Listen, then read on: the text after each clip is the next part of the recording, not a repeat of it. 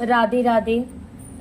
हम लोग पढ़ रहे थे श्रीमद् भगवद गीता यथारूप। कल हम लोगों ने भूमिका समाप्त की थी। उससे पहले हम लोग कुरुक्षेत्र के युद्ध स्थल में सैन्य निरीक्षण के अध्याय के 30 श्लोक पढ़ चुके थे। 30। आज हम लोग 31वां श्लोक से स्टार्ट करेंगे, 31 से।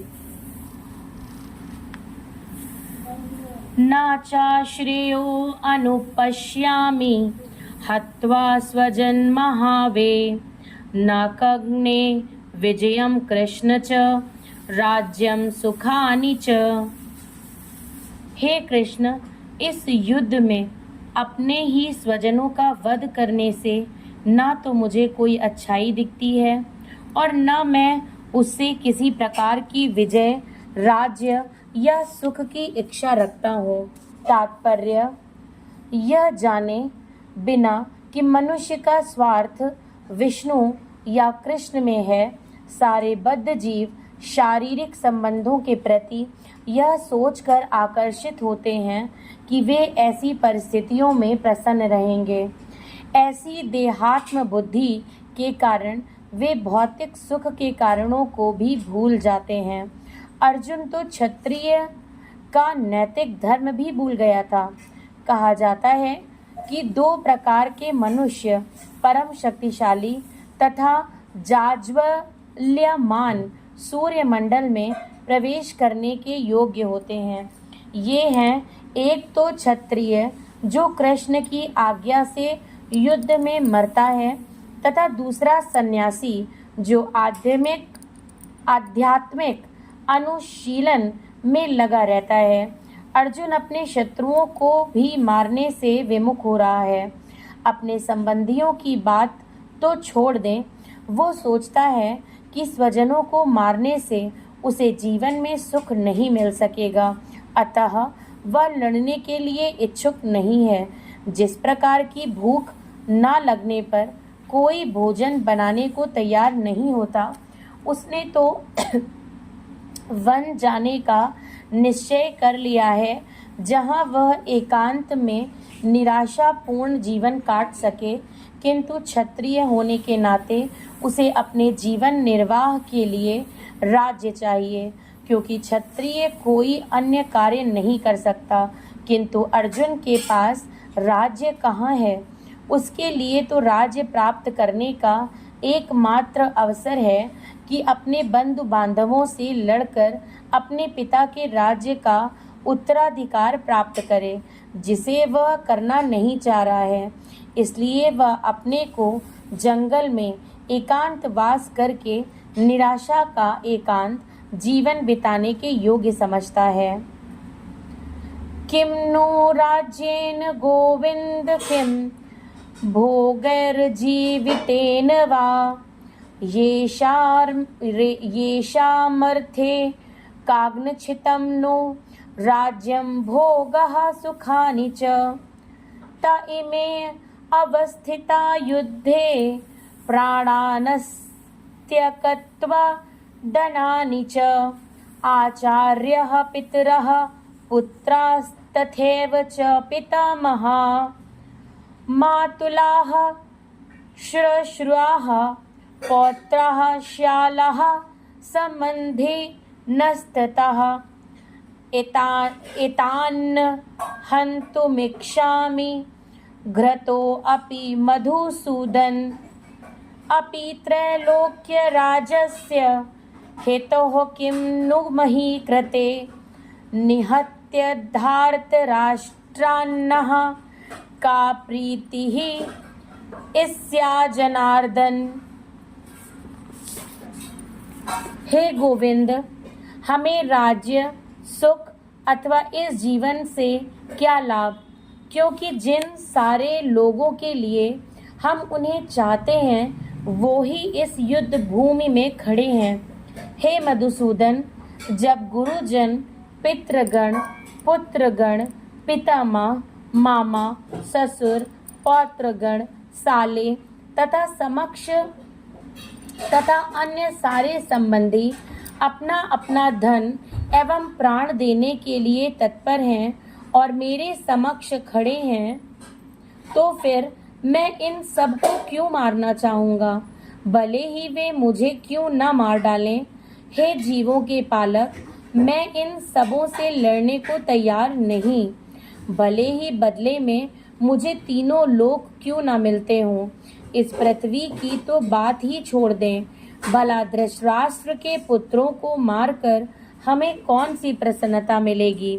तात्पर्य: अर्जुन ने भगवान कृष्ण को गोविंद कहकर संबोधित किया, क्योंकि वे गौवों तथा इंद्रियों की समस्त प्रसन्नता के विषय में हैं।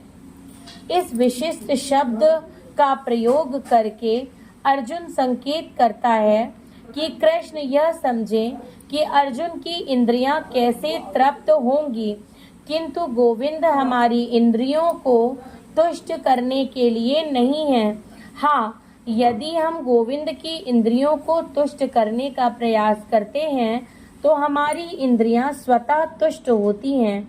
भौतिक दृष्टि से प्रत्येक व्यक्ति अपनी इंद्रियों को तुष्ट करना चाहता है और चाहता है कि ईश्वर उसके आज्ञा पालक की तरह काम करें, किंतु ईश्वर उनकी तृप्ति वहीं तक करते हैं जितनी के वो पात्र होते हैं, उस हद तक नहीं जितना वे चाहते हैं।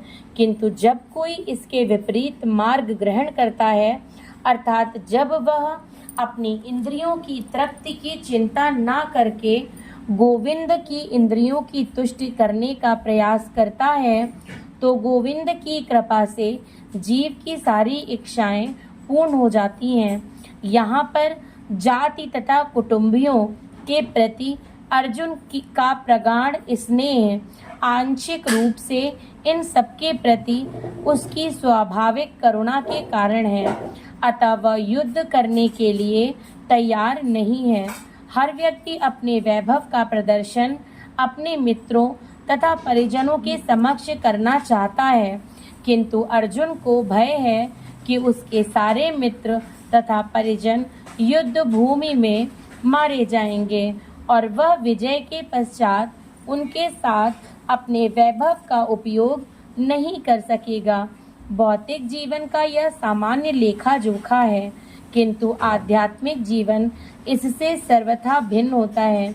चूँकि भक्त भगवान की इच्छाओं की पूर्ति करना चाहता है, अतः भगवत इच्छा होने पर वह भगवान की सेवा के लिए सारे ऐश्वर्य स्वीकार कर सकता है, किंतु यदि भगवत इच्छा न हो तो वह एक पैसा भी ग्रहण नहीं करता। अर्जुन अपने संबंधियों को मारना नहीं चाह रहा था, और यदि उनको मारने की आवश्यकता हो तो अर्जुन की इच्छा थी कि कृष्ण स्वयं उनका वध करें।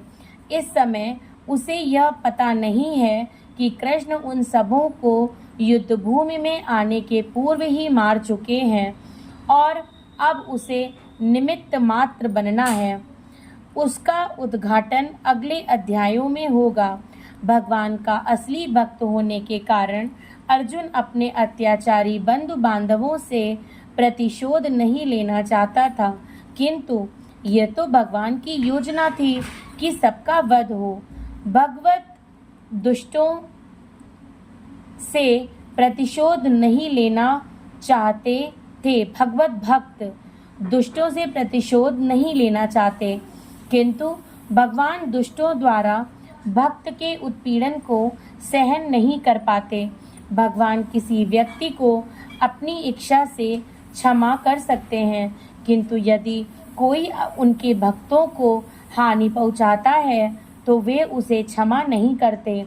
इसलिए भगवान इन दुराचारियों का वध करने के लिए उद्यत थे, यद्यपि अर्जुन उन्हें क्षमा करना चाहता था।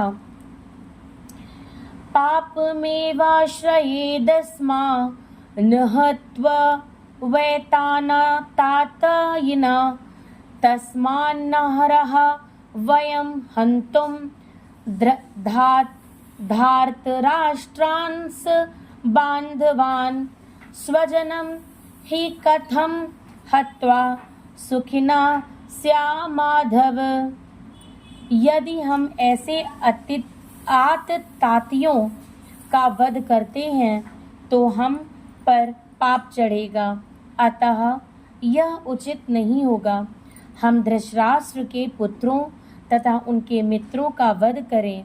हे लक्ष्मीपति कृष्ण, इससे हमें क्या लाभ होगा और अपने ही कुटुंबियों को मारकर हम किस प्रकार सुखी हो सकते हैं। तात्पर्य, वैदिक आदेशानुसार आतताई 6 प्रकार के होते हैं। विष देने वाले, घर में अग्नि लगाने वाले, घातक हथियार से आक्रमण करने वाले, धन लूटने वाले, दूसरे की भूमि हड़पने वाले तथा पराई स्त्री का अपहरण करने वाले। ऐसे आतताइयों का तुरंत वध कर देना चाहिए, क्योंकि इनके वध से कोई पाप नहीं लगता। आतताइयों का इस तरह वध करना किसी सामान्य व्यक्ति को शोभा दे सकता है, किंतु अर्जुन कोई सामान्य व्यक्ति नहीं है। वह स्वभाव से साधु है, अतः वह उनके साथ साधुवत व्यवहार करना चाहता था, किंतु इस प्रकार का व्यवहार क्षत्रिय के लिए उपयुक्त नहीं है। यद्यपि राज्य के प्रशासन के लिए उत्तरदायी व्यक्ति को साधु प्रकृति का होना चाहिए, किंतु उसे कायर नहीं होना चाहिए। उदाहरणार्थ, भगवान राम इतने साधु थे कि आज भी लोग राम राज्य में रहना चाहते हैं, किंतु उन्होंने कभी कायरता प्रदर्शित नहीं की। रावण आतताई था, क्योंकि वह राम की पत्नी सीता का अपहरण करके ले गया था, किंतु राम ने उसे ऐसा पाठ पढ़ाया जो विश्व इतिहास में बेजोड़ है। अर्जुन के प्रसंग में विशिष्ट प्रकार के आतताइयों से भेंट होती है।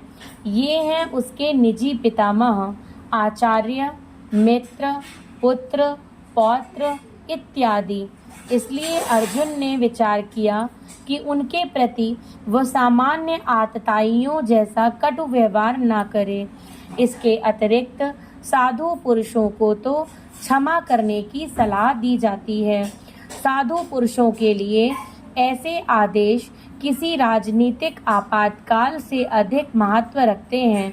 इसलिए अर्जुन ने विचार किया कि राजनीतिक कारणों से स्वजनों का वध करने की अपेक्षा धर्म तथा सदाचार की दृष्टि से उन्हें क्षमा कर देना श्रेयस्कर होगा।